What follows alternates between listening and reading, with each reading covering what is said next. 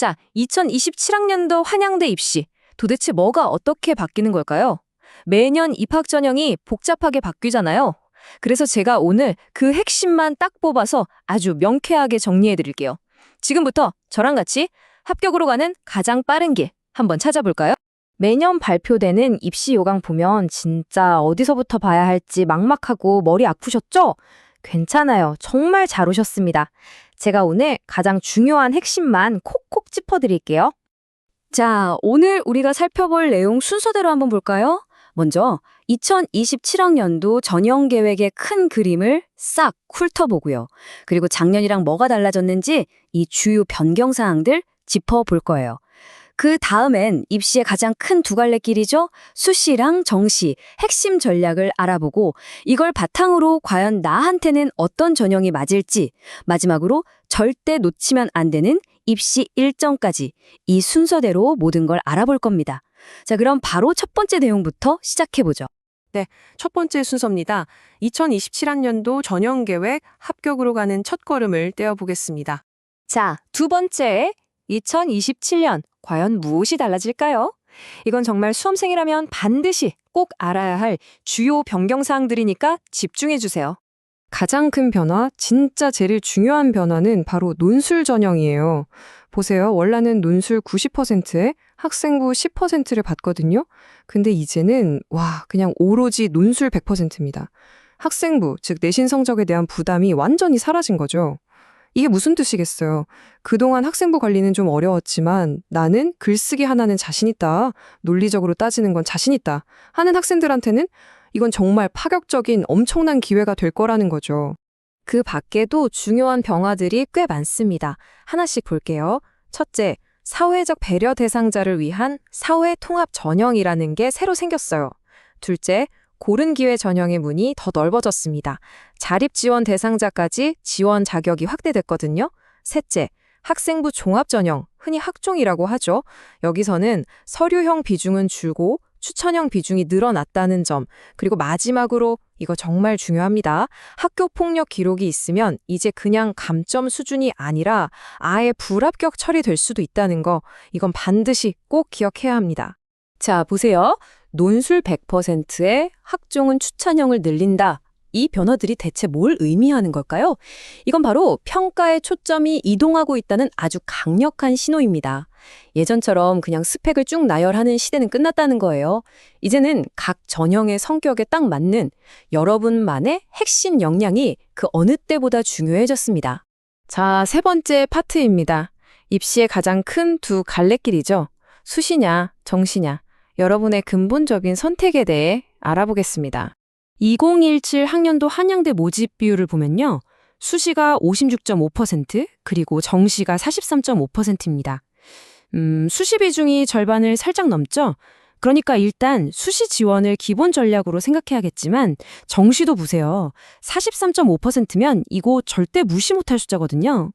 정시라는 카드도 결코 놓칠 수 없는 아주 중요한 비중을 차지하고 있다는 뜻입니다. 먼저 수시는요, 마라톤에 비유할 수 있어요. 내신 성적부터 시작해서 동아리, 봉사활동까지 여러분의 고등학교 3년 생활 전체가 평가 대상이 되는 거죠. 그러니까 학생부에 적힌 모든 기록 하나하나가 여러분을 보여주는 소중한 자료가 되는 거고요. 9월에 원서를 내서 남들보다 일찍 합격의 기쁨을 누릴 수 있는 그런 전형입니다. 반면에 정시는 어떨까요? 이건 완전 단거리 전력 질주예요. 평가는 딱 하나, 대학 수학 능력 시험, 바로 그 수능 성적에 거의 모든 게 집중됩니다. 수능 당일의 컨디션, 그날의 퍼포먼스가 합격을 결정하는 핵심인 거죠. 성적표를 받아든 다음에 1월에 지원하게 되고요. 자, 정리가 되시나요? 수시는 꾸준했던 과정을 보는 거고, 정시는 단 한 번의 결과를 평가하는 겁니다. 여러분은 지난 3년간의 노력으로 승부하시겠어요? 아니면 수능이라는 마지막 한 방을 노리시겠어요? 이게 바로 여러분이 내려야 할 첫 번째 전략적 선택입니다. 네 번째 순서입니다. 나에게 맞는 전형은? 이제부터는 주요 전형들을 하나씩 좀 더 깊게 파고들어 보겠습니다. 자, 그럼 수시부터 시작해 볼까요? 수시는 크게 보면 학생부 위주 전형이랑 논술 위주 전형 이렇게 나눌 수 있거든요. 먼저 학생부 위주 전형부터 자세히 들여다보죠. 학생부 교과 전형. 이건 이름 그대로예요. 성실함의 가치를 가장 높게 쳐주는 전형입니다. 지난 3년간의 내신 성적이 합격을 결정하는 가장 중요한 열쇠인 거죠. 정말 꾸준히 공부해서 최상위권 내신을 유지했다면 이 카드부터 가장 먼저 고려해야 합니다. 다만 조건이 2개 붙어요. 학교장 추천이 필요하고 수능 최저학력 기준이라는 허들을 넘어야 합니다. 다음은 학생부 종합 전형, 우리가 흔히 학종이라고 부르는 거죠. 학종은요, 성적표 숫자 뒤에 숨어있는 여러분의 이야기를 들여다보는 전형이에요. 예를 들면 이런 거죠. 나는 공학도가 뜸이라서 물리 심화 과목을 일부러 찾아서 들었고 로봇 동아리에서는 팀을 이끌면서 이런 문제를 해결해봤다. 바로 이런 성장 과정과 잠재력을 종합적으로 평가하는 겁니다. 그리고 추천형, 서류형처럼 세부 유형에 따라서 평가 방식이 조금씩 다르니까 이건 정말 꼼꼼하게 따져봐야 해요. 자, 그리고 다시 한번 강조하는 논술 전형입니다.